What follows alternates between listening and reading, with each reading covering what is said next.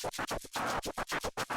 everybody, it's Jason Wright, and I'm here with Tim Gager of Dire Literary Series, and just figured we would say what's up, mess around on the internet a little bit. So what's going on, Tim? We're just fucking around here.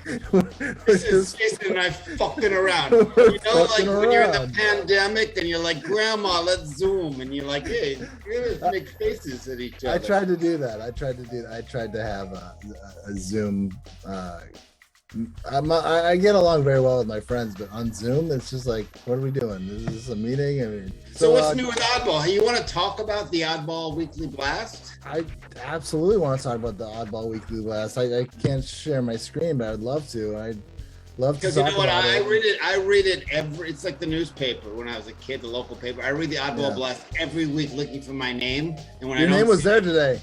Your name was there today. I know, but the times I don't see it, I'm like, fuck, jeez. There is a scene in the movie Permanent Midnight that I feel like I've seen that.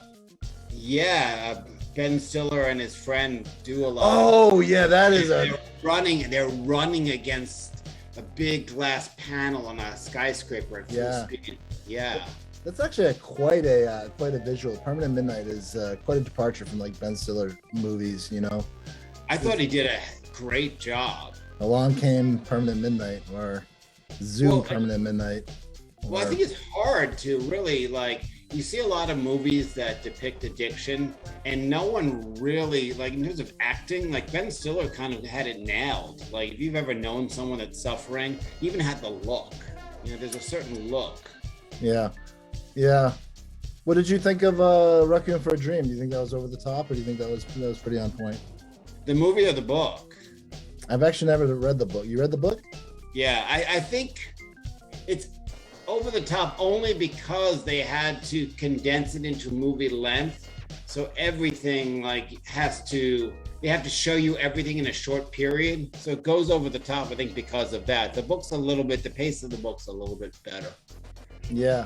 Well, the thing is, if you read Requiem for a Dream, it's, if you see the movie, the lingo, right? It's like the book was written in the 70s. So the lingo is all, he's using some scat talk. I don't know if he's using scat talk, but you know. A lot. I mean, I think the 70s really were, a lot of books and literature really did play with the language a lot and invented the language and invented various slangs. And, you know, I don't think you see that much these days. No. Have you ever read Clockwork Orange? I did. That's the one I was thinking of. If you can get past the first 10 pages, you're good. You're golden. I often talk about this as a very good example of how literature plays out different on the screen. And Clockwork Orange is exceedingly violent on the big screen, but when you're reading it, it doesn't seem as violent because they're using like this fake language, you know, like this coded language. So yeah, I agree. You know, that's why movies and television have a bad effect on children. They should be reading books. Yeah, I just finished reading a book. Actually, I'm gonna have the author on my podcast. Believe it or not. Oh, who is it? This is a great book. You got to read this. It's called Mental Immunity, and it's written by Andy Norman, and he's going to be on my podcast, and we're going to talk about it. Brand new book. That's fantastic. Sounds interesting. Yeah. This is going to be good. Mental Immunity. He talks about, he's a philosopher. He breaks down ideologies of bad ideas, and it comes up with an idea of how to strengthen the cognitive immune system, the mental immune system. It's good stuff. It's really. It was a good read. I definitely recommend it. Now I'm reading Bill Bryson's short history of everything. How's that reading that you did the other day? How was that? The one. You know what? It's 12 Minutes of Love. I think that's sort of, you know how things on like social media shorten attention spans, etc. I think like the new stuff, like the Instagram Reels and TikTok and whatnot. I mean, this was a 12-minute podcast. Yeah. So did you get in on TikTok? Did you try that yet? No, I can't do it. I don't know. It's just anything new now. I'm like that. You know, I'm getting older. It's kind of like I don't know about TikTok. There. It's really super addicting. it's incredibly. I try not to watch it because it consumes my time. Like literally, you think Facebook is a consumer. You try TikTok. It's gonna really just. Is it like Facebook stories? Because Facebook stories I wish didn't exist. It's just like Facebook stories. It's just like Instagram stories. It's just like all that kind of stuff. So there's no real stories in those stories. It's just people screaming and like dancing for 0.5 seconds. And... Yeah. You know, I've been thinking about just videos and stuff in general and how to get more content. And basically what you got to do is you got to add value. You got to like, and then you got to like throw something on the screen that says like, you know, top 5 reasons for whatever. Top 5 reasons to listen to the Oddball Show. Speed round. Entertainment. Advocacy for mental health. Talk about the foundation and what Oddball is doing. 4, Jason writes a great host. And 5, you don't know who the guest's gonna be. Oh, that's exactly why you listen to it. I just interviewed Diane Costo from Symmetry Neural Pathways and had a great conversation at the end. I read a Christmas poem that I read every year. Okay. So that's pretty cool. It's good stuff. Have you ever heard of this neurofeedback stuff? This is good stuff. Neurofeedback, yes, I have in fact. It's good. And so this whole podcast is about it. She's talking about neurofeedback. I can't believe benefits. It's still going on. It's because neurofeedback was a big buzz like 30 years ago. Yeah, 70s. Came out in the 70s. Yeah. And it's a really good modality for mental health. It's it just chills you out in some form or another. You know, for instance, I did number recall. I did a bunch of cognitive tests beforehand and then afterwards, and I'll tell you, man, the cognitive recall was increased, and all I'm doing is watching YouTube videos and stuff. You know, it's pretty cool actually. I did try the alpha. Yeah, mind exercise, right? Well, because like say we were talking right now, and I was doing a neurofeedback show.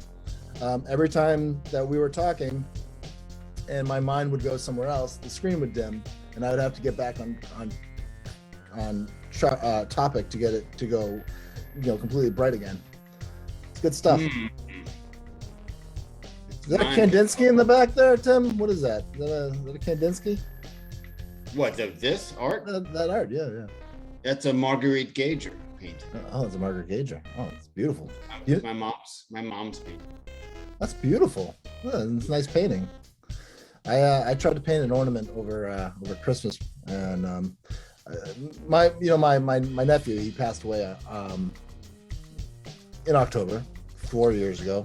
He was born on Christmas, so I actually So on Christmas Eve, I went over my sister's house, and you know, it was great, and I made ornaments, and I tried to make an ornament, but when it comes to painting, I am just not very good at it. So I used a wood burner, and then it looked like, honestly, like someone carved with a knife "miss you" into an ornament. It looked kind of gruesome, but you know, what are you gonna do?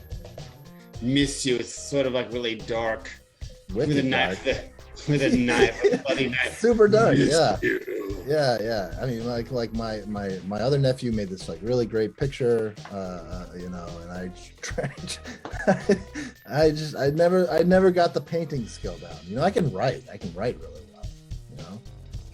Yeah, I didn't even have a tree this year. No tree. No tree.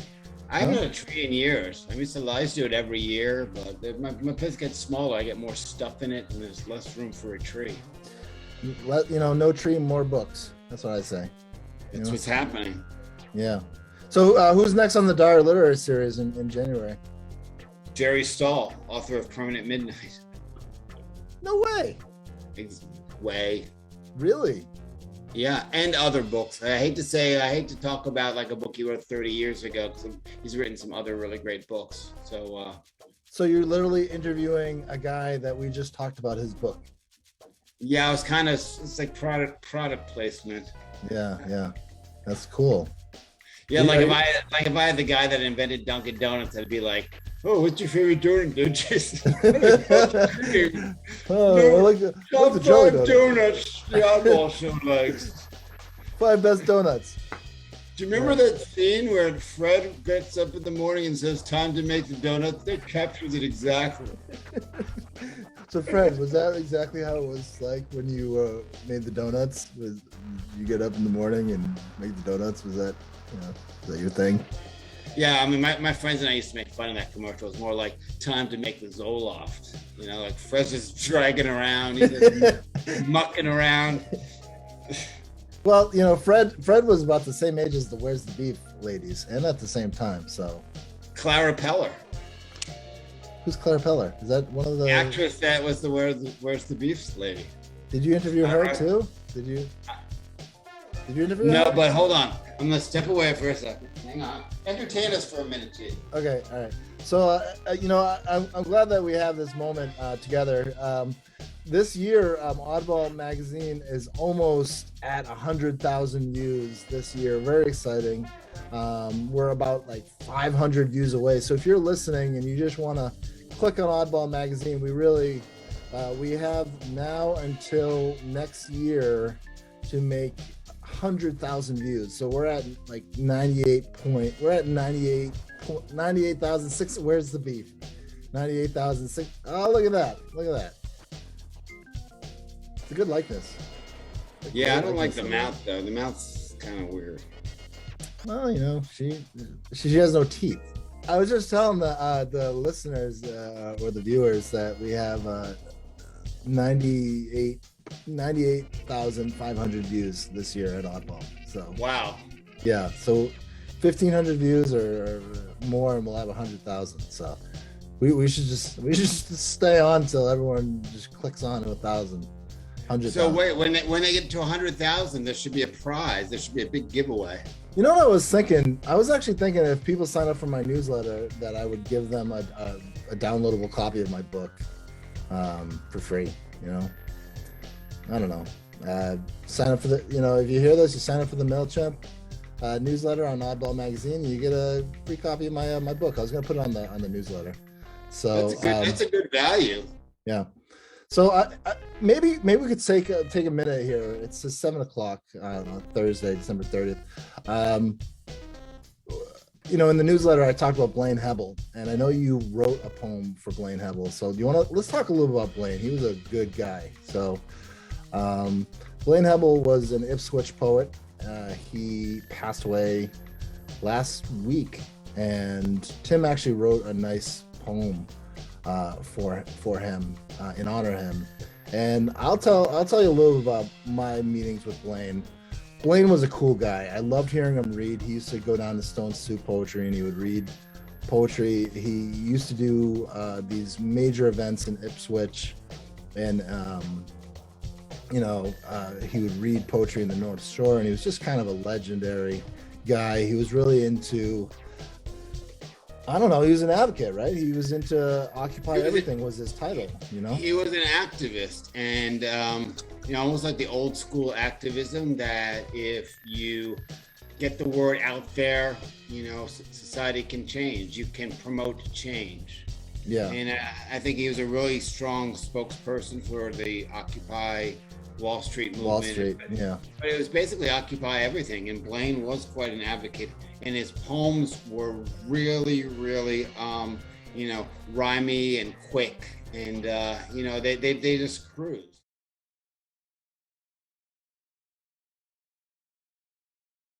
So, see how I set this up.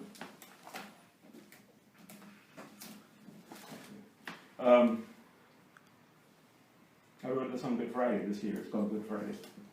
I go where I always go to renew my soul.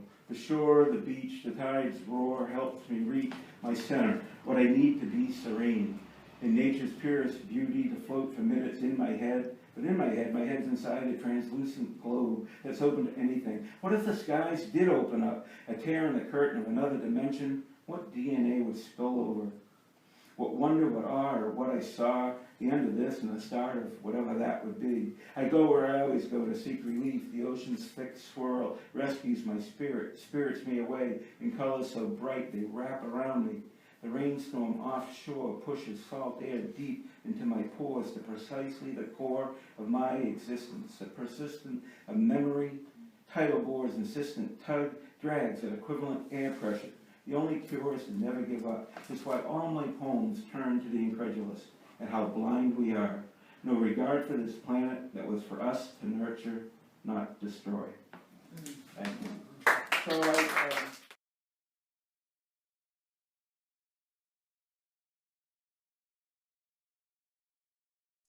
So So that video you just watched was a tribute to Blaine Hebel. Blaine was a cool guy that we lost in the end of 2021. You know, Oddball Foundation and Oddball Magazine, we want to say rest in peace, Blaine. You were a good guy. We really liked you a lot. You did a lot for Stone Soup Poetry and a lot for the poetry scene in general and Occupy Everything. If you like what we do, listen and subscribe below for more of this content. He didn't like applause afterwards. He just liked to go on to the next poem. He just liked to read and then go on to the next poem and then read and then go on to the next poem.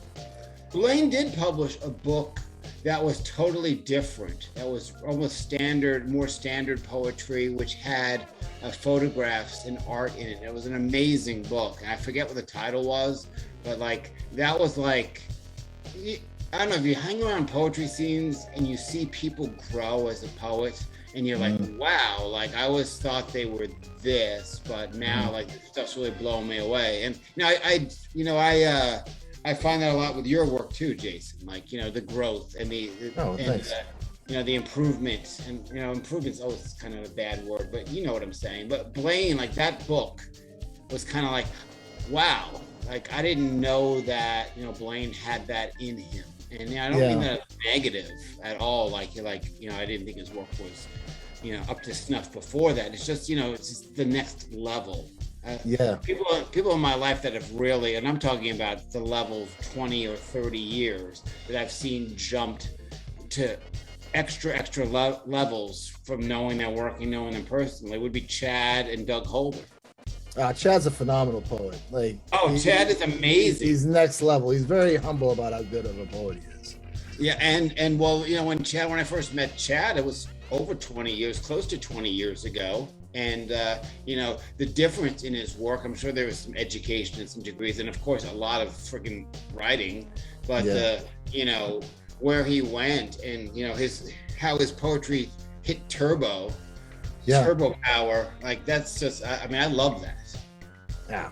I mean, I'm telling you, the best thing that I was able to get from Stone Soup was, you know, Chad would read his poetry after the end of every one of them, and it was just a real, you know, what can I say about Chad Princeton, man? He's the driving force behind Oddball, and incredibly prolific dude, and just great guy.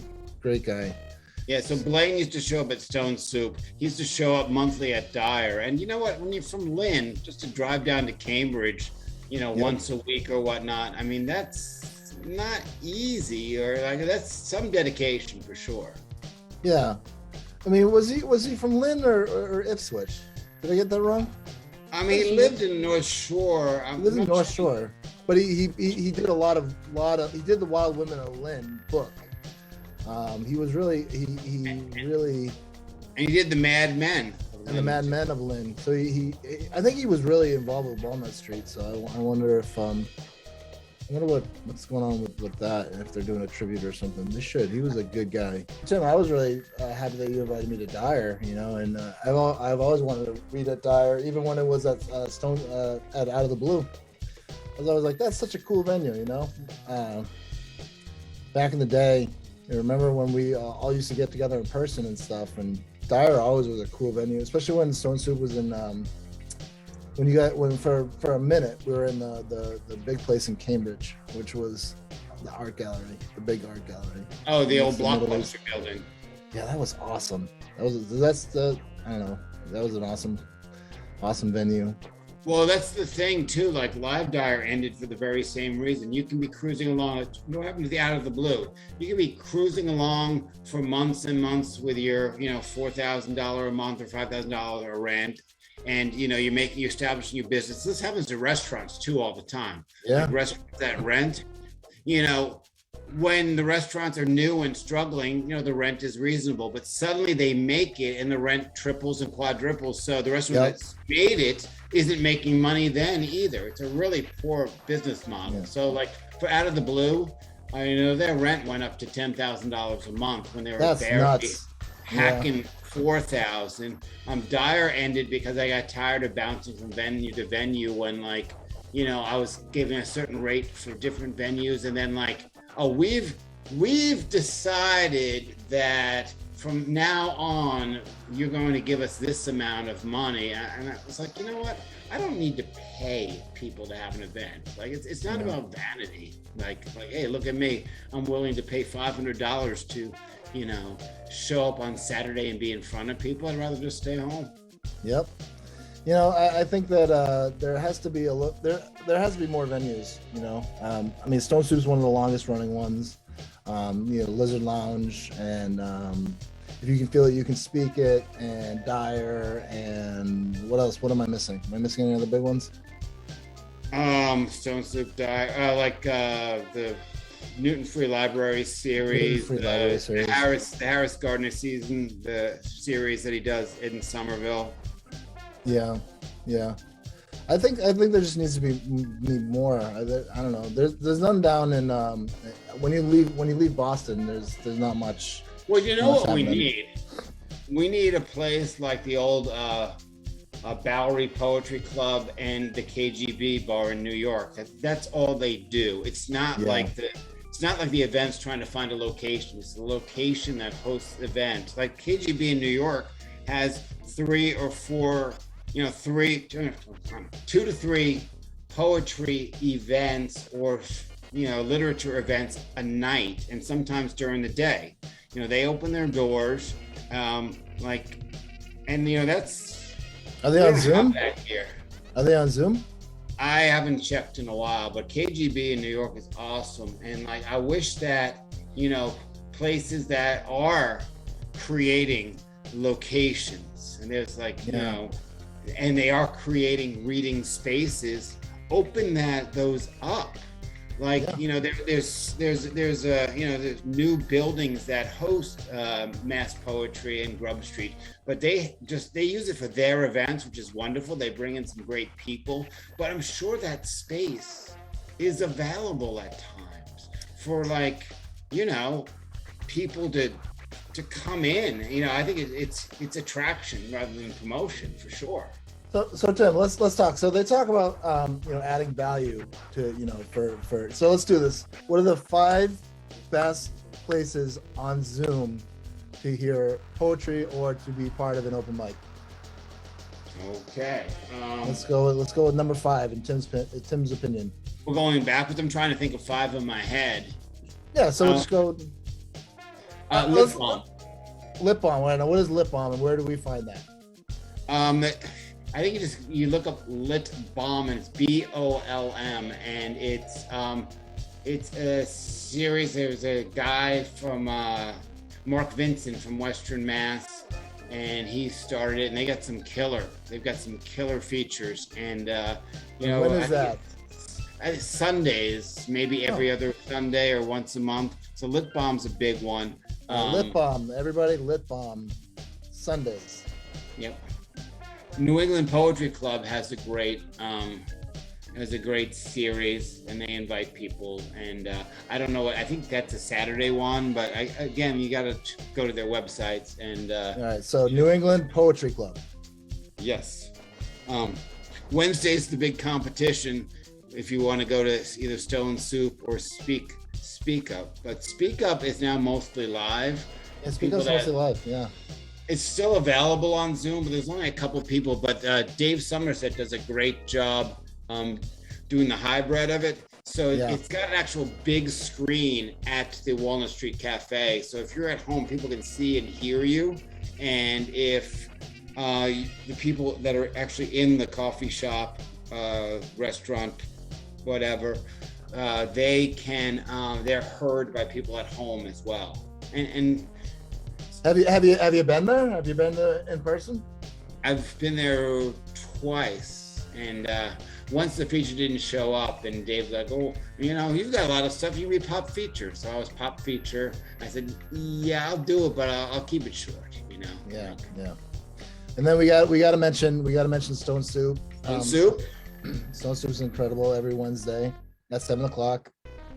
Check the Stone Soup Poetry link for that Chad interview. Chad gets a guest on to read poetry, and there's always an open mic, and it's a great crew there. So definitely.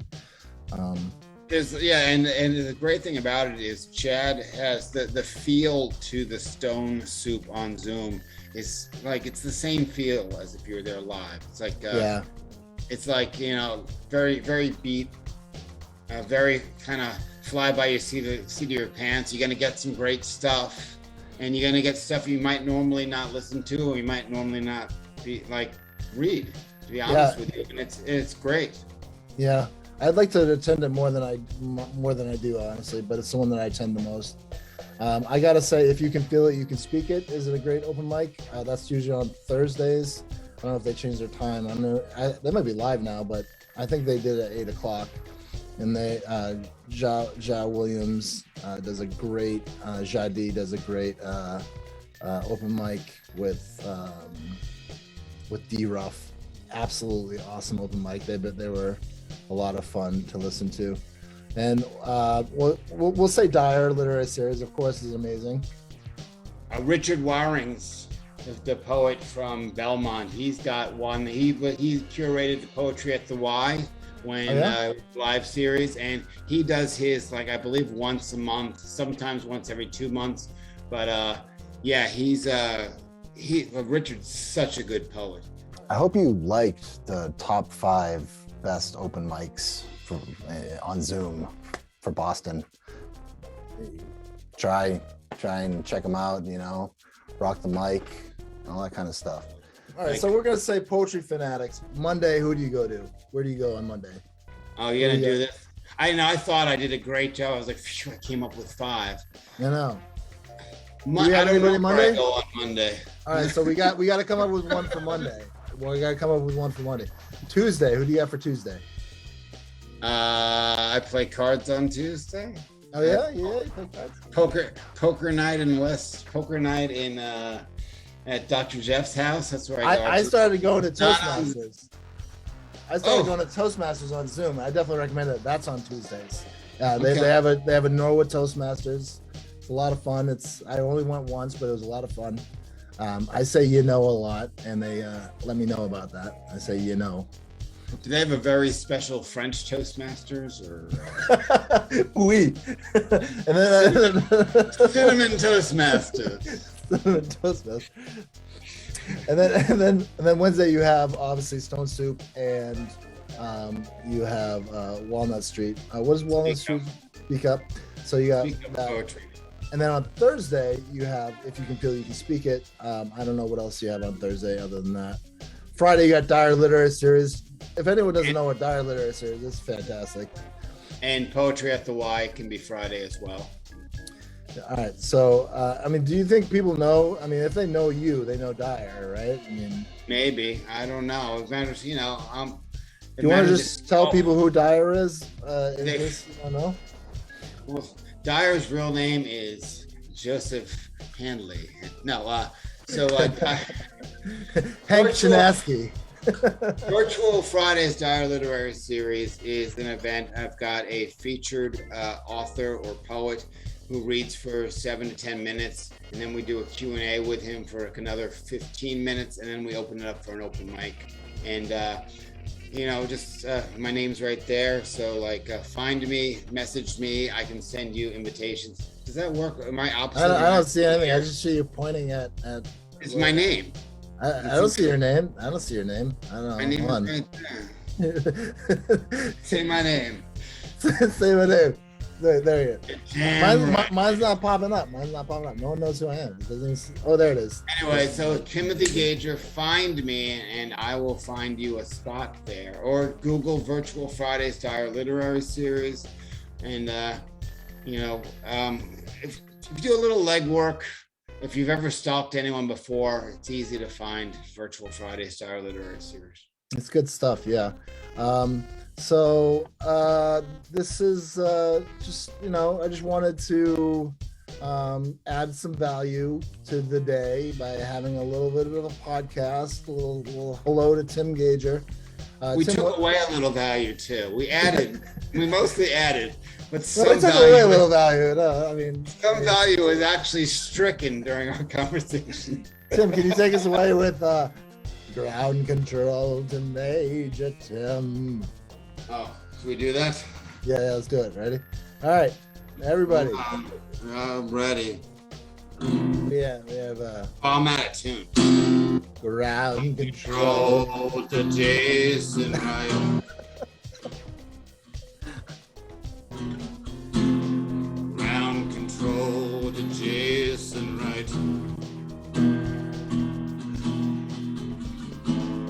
Donate to Oddball and tax-free before December 31st. All right, that's all I got. 98,000 views for almost 100,000. We got 98,000 problems and the bitch ain't one. Oh, sorry. Actually, if you want, here's some more ad value. Booker T and the MGs has a great Christmas album. Did not know that. Oh, cool. I love Booker T and the MGs. It's awesome. It's like the chillest Christmas album. So when you are enjoying your New Year's, listen to Booker T and the MGs Christmas album. Does he have a New Year's? Does he do like a New Year's album? Does he do a all long sang on like little organ? He probably does it all along the line. Dun, dun, dun, dun, dun, dun, dun. Well, I'm going to say goodbye now. Goodbye Tim, now. that was a real pleasure having you on this impromptu Facebook, YouTube shenanigans. So, yeah. Well, whenever I need a little energy boost, I make sure that I drink the brand of coffee from Asheville, North Carolina, Pitbull on crack.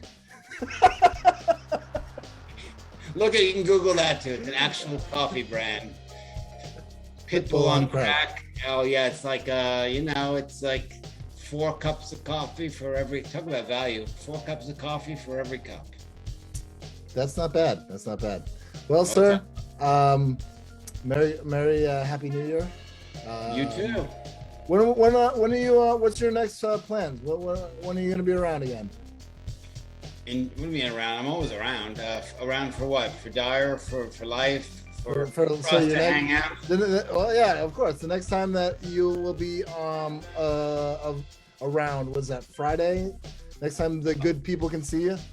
A week from Friday for the winter schedule starts with Jerry Stahl. And Jerry Stahl is the author of Permanent Midnight. That's right. So we can ask him a lot of questions. I would love to do an April Fool's show that I ask author all the questions that he never wants to hear about. So, did you ever do anything as good as Permanent Midnight? What do you think of Ben Stiller playing you? Did you really have that actress, or is it just a movie? I don't know what's going on here, Jerry. When I interview Andy Norman, I'm gonna ask him some really good questions that were not asked by Joe Rogan when he was interviewed by him on the from Mental Immunity. And I'm telling you, I was listening to we gotta go, but I was listening to the Boston's the other. We're gonna wrap it up in like a minute. I was listening to the My Boston's the other day. How do you feel about them? Do you like them? I love them. I like them, Diggy. They're one of my favorite bands. And if I ever get a chance to interview him, Dickie, because I want to interview Dickie. I think that it'd be great to kind of hear how the songs are written, because I think they're so well done. So yeah. So Here's trivia for you. All right, see if you can guess this. It's so random. Before he wrote Permanent Midnight, what television shows did he write for? Hard copy. Hard copy. Nope. Current affairs.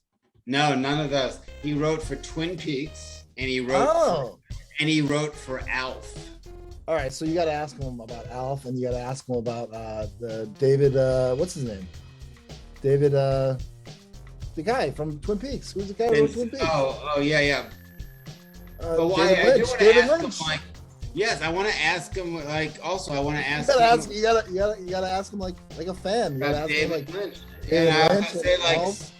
since you wrote Alf 30 years ago, what television shows have you written for?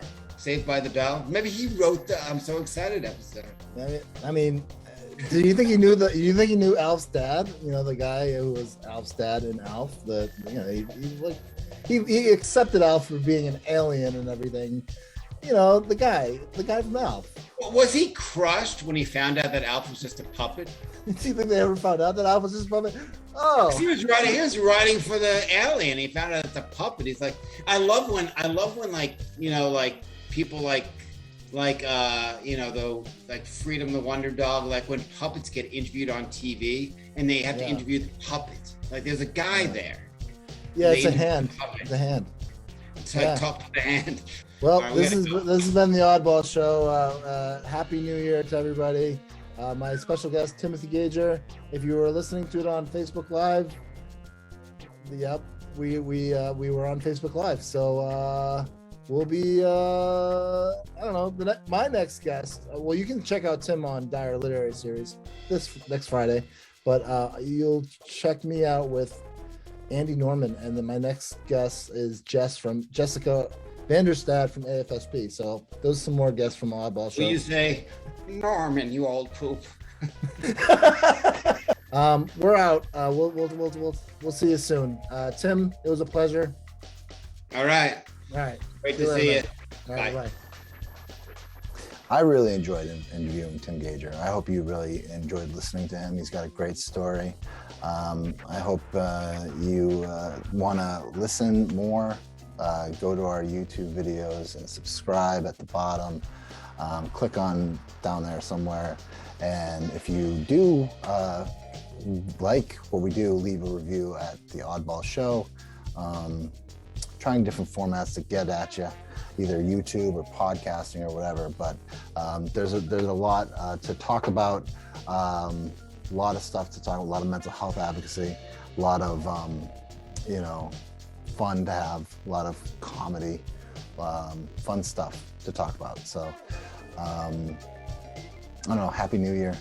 We're gonna try and do a great another season. I hope you're enjoying Oddball season 7 so far. There's more to it. More, if you haven't checked out oddballmagazine.com, check out oddballmagazine.com. Good stuff at both the magazine, the publishing, all that kind of stuff. Also in February, we are going to be having, we're going to be picking a winner from our Just Another Oddball Magazine publishing contest. And I want to welcome a couple of interns that have joined. Welcome Sophia, welcome Anna, Harrison's joining. I think we have another person joining, Brenna, as well. So welcome all of you. I want to shout out all the supporters that we've Oddball has had recently. End of every Oddball Show, as you know, we read a poem. So this is Jagged 405. So here we go. Jagged 405. I'm tired of fighting. Why am I like this? The world is kind of a chill place. I mean, most things are legal here. Love is a thing that guides many through. Not many have the thoughts I do. I don't know how my dreams can carry over into real life. How I get my throat cut in one, wake up, go outside and think it'll be all right. I don't know how it got to be a crapshoot. Maybe you'll sleep better. Depends on what food you had, like a gremlin. God, is there a pain button you press on me just to see how much I can take daily? Why do you make it unbearable to do the things average people do? Why is my life a circus? If not a circus, a zoo? Why do I write in poetry, sound out syllables into something else? Why am I the feeling of worthlessness I get from this? Why me and no one else? God, I pray to you, heal my cut throat, heal my severed synapses, heal my bruised ego. Stop the madness. I can't last like this. I pray to you, stop the stinging needle, stop the word innocuous, stop the verb, stop the noun, stop my mind for a minute, stop the adjectives I call myself. That was Jagged 405 called Letters, and you can check that at oddballmagazine.com.